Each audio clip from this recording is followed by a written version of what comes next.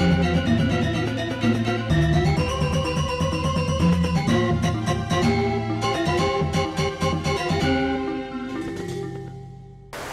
Swastiastu, pemirsa Bali TV, kembali Bali Post Talk ya, menjumpai Anda, tetap bersama saya Nyoman Winata, redaktur pelaksana harian Bali Post. Kita ngangkat kembali nih persoalan pariwisata secara umum di Bali seperti apa, dan mungkin tantangan-tantangan yang dihadapi oleh pariwisata Bali, karena bagaimanapun juga kita tidak bisa lepaskan bahwa Bali ini hidup dari pariwisata. Mau tidak mau kita harus jaga juga di pariwisata. Nah, bagaimana caranya, dan apa tantangan-tantangan ke depannya, apa yang mesti kita lakukan gitu ya. Karena banyak sekali sudah ada yang mengatakan over tourism gitu ya, pariwisata sudah mulai membuat Bali ini rusak, berkembang secara tidak teratur, tanpa kendali. Nah, tentu ini menjadi persoalan kita bersama. Saya akan mewawancari pengamat pariwisata, Bapak Sulase Jaya. Kita sapa dulu, seperti kita Om Swastiastu. Om Swastiastu. Menapi kantor, kenanya. Becik. Dan kita melihat ini tahun 2025 sudah kita masuki. Belakangan muncul isu-isu pariwisata ini yang kalau Pak Sulase melihatnya seperti apa? Pariwisata Bali kita baik-baik saja kah sebenarnya atau seperti apa? Om Swastiastu, para pemirsa Bali Post Talk. Jadi kalau yang lihat sih sampai sekarang ini kan 2024 sudah berakhir gitu kan. Ya. Belum ada tanda-tanda pergerakan yang menuju yang lebih baik begitu loh. Belum ada arah ke sana gitu. Kalau sebenarnya kan ada dua hal yang dinilai, satu adalah hasilnya, kemudian kita juga bisa menilai sesuatu dari proses, dari pergerakan yang ada. Ini yang tidak muncul, belum muncul gitu, 2025 ini. Yang menuju Bali emas ini mana gitu loh ya. Ini yang belum muncul. Jadi sebenarnya masih kompleksitas masalah berkaitan dan pariwisata kan luar biasa sekali. Katakanlah salah satu yang saya cermati adalah masalah kawasan ekonomi khusus. Ini kan itu kan ada waktunya ya kan. Jadi umpamanya seperti salah satu yang menarik sekarang ini adalah masalah kura-kura. Kura-kura itu kan pengguna apa statusnya bahwa pengguna hak guna apa itu dari reklamasi yang dari 100 berapa itu hektar itu menjadi 400 sekian. Jadi kan itu luas yang luar biasa itu. Itu sekarang digunakan oleh siapa gitu, berapa lama digunakan, kemudian bisa diperpanjang. Kalau tidak salah itu, kalau tidak salah saya pernah baca itu umur 30 tahun itu hak guna pakai khusus itu untuk bidang pariwisata. 2028, 2026 udah selesai. Itu harus dibicarakan, kemudian kalau ada perjanjian yang baru harus diperbaharui. Dan yang lain-lain begitu juga. Tapi intinya sebenarnya adalah kalau kita bahas satu-satu nggak bakalan pernah selesai dan terus akan kita berulang-ulang. Intinya adalah menurut saya sih adalah tergantung daripada tingkat moralitas. Ada dua, satu adalah pelaksana, adalah orang, yang kedua adalah fisiknya, kemudian ada lagi masalah aturannya seperti apa gitu. Sekarang kalau moralnya sudah tidak bagus, apapun yang dikerjakan pasti tidak bagus. Moral manusianya ya. Ya kalau yang lain-lainnya kan tergantung manusianya, sekarang bisa umpamanya masalah alih lahan. Ada fungsi lahan. Ya, sekarang moral itu gimana? Moral itu kan ada acuannya.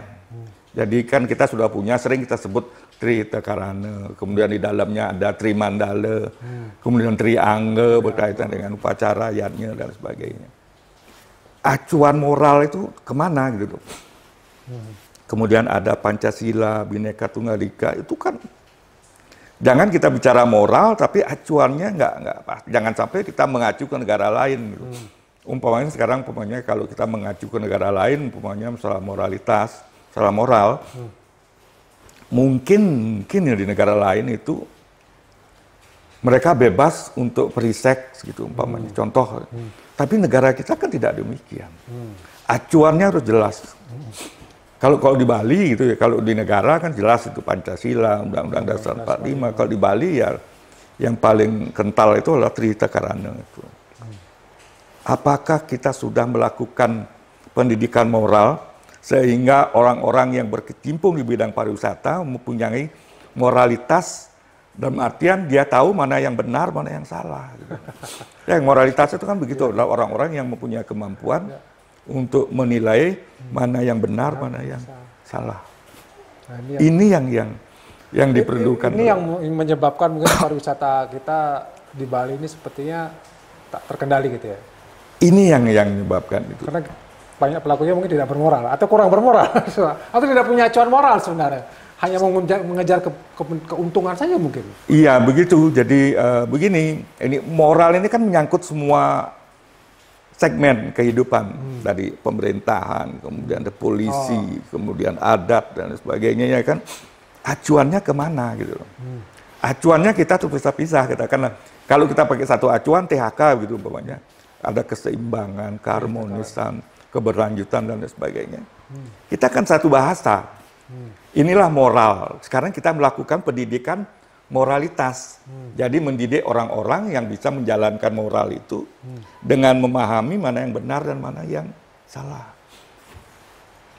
Kalau kita berangkat dari sana, mungkin ya, ini kan satu proses gitu ya. Walaupun perlu waktu yang lama, tetapi proses. Katakanlah seperti ini.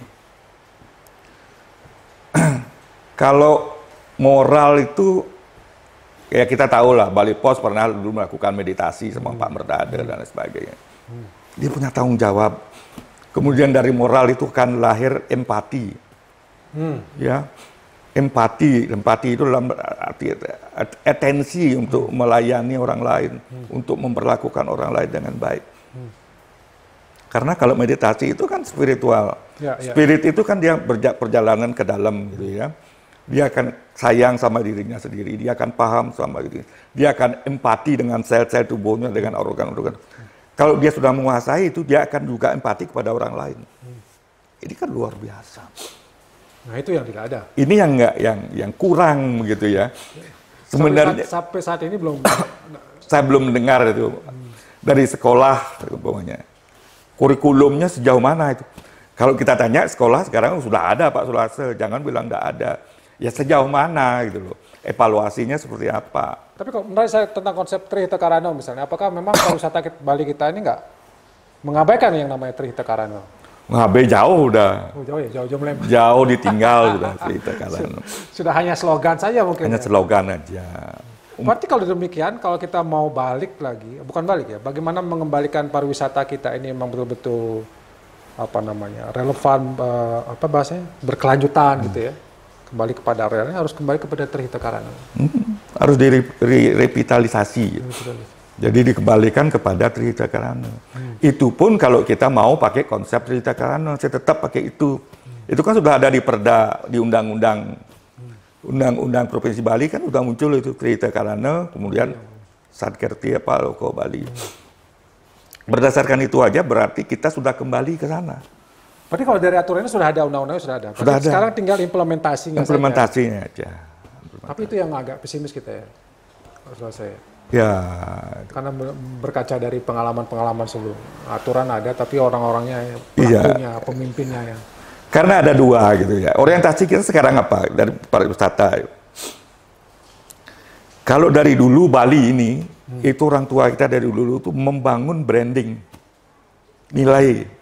Itu jangka panjang itu ratusan tahun. Sampai sekarang jangan dianggap ringan itu.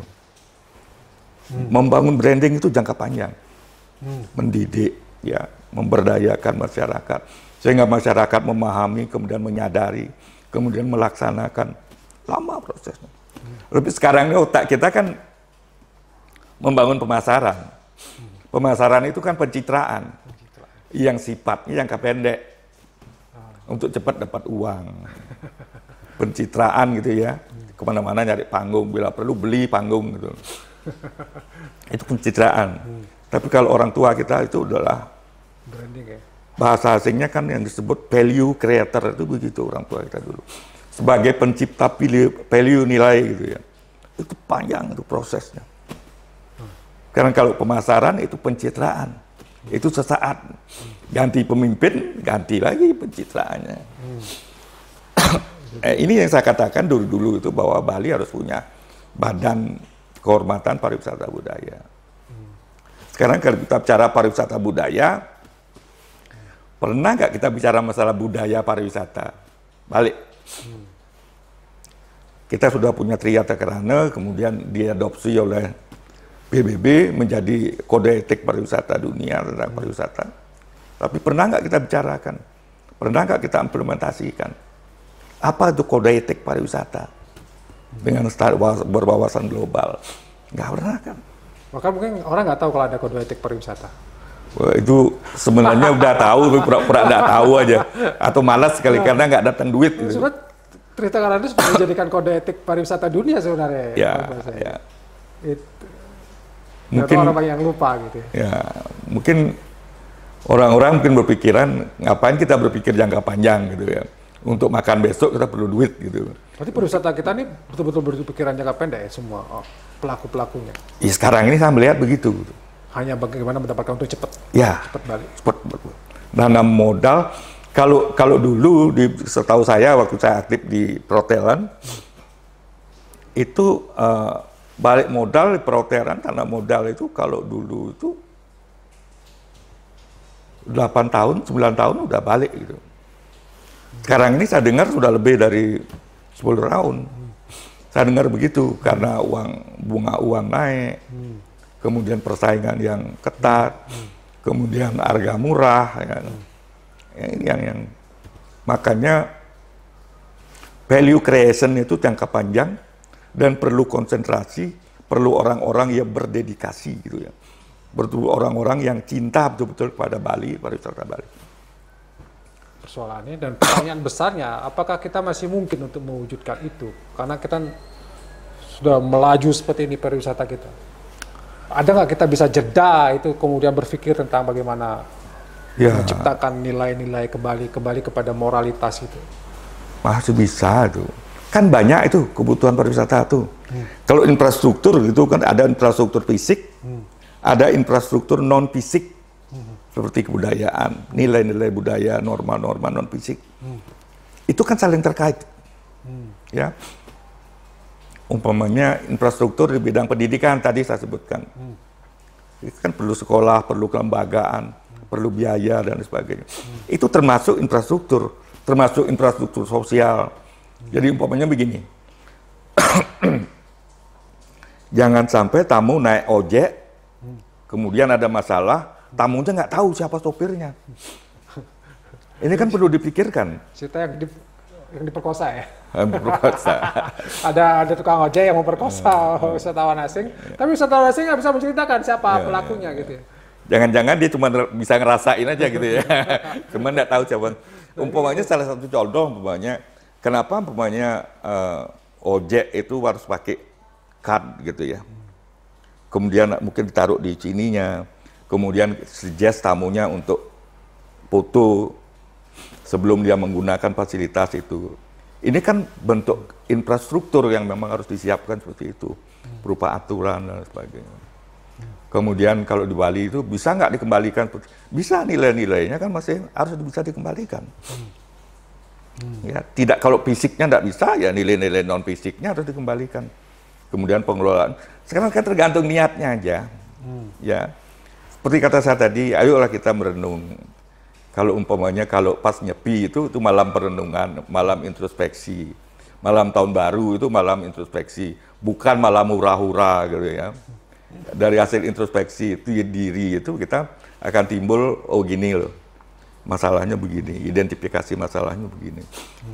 Sekarang kita ranking mana yang skor masalah yang tertinggi. Kemudian dari mana kita bergerak dan lain sebagainya. Ya, kan teman-teman sekarang udah hebat-hebat dah pendidikan, ada istilahnya sekarang kan metode atau analisa root cause analysis, penyebab dasar masalah. Penyebab dasar masalah secara universal sekarang ini kan saya sebut tadi itu moral itu. Dia tidak lagi cinta sama Bali. Kemudian cintanya cuma di kata-kata saja, tapi dalam hatinya tidak. Karena pengaruh. Banyaklah yang bisa kita gali lah dari kearifan lokal yang kaya. Kalau dari pemaknaan kearifan lokal aja kita gali, kemudian kita jual di pariwisata, sangat luar biasa. Saya pernah usul itu kepada siapa namanya teman yang di MDA satu. Pak, kenapa Pak ndak ajak sekarang masyarakat desa itu menggali kearifan lokal, kemudian siapkan mereka menjadi storytelling, masuk ke perusahaan-perusahaan pariwisata menjadi storyteller di sana, berbicara masalah kearifan lokal. Nah, orang-orang lokal itu banyak sekarang kan budaya lokal itu kan bisa diangkat, luar biasa. Itu kan ada kaitannya dengan masalah-masalah pariwisata nanti gitu loh. Dasarnya kita siapkan, kemudian kita bergerak dari dasarnya, kemudian atasnya akan bisa tuntas semuanya. Tapi kalau kita bergerak dari atas, dari permukaan, dari kulitnya kita kelupas, dalamnya berat. Gitu. Berapapun kita siapkan dana, apapun usaha kita nggak selesai. Kita harus berani luangkan waktu untuk berbicara masalah yang mendasar. Memang tantangannya adalah tidak ada duitnya Pak, kalau kita bicara masalah itu Pak. Tidak bicara masalah pemasaran, tapi masalah value. Gitu. Duitnya nggak ada. Nggak ada yang mau. Gitu. Tapi kalau mau siapa yang harus melakukan? Pemerintah?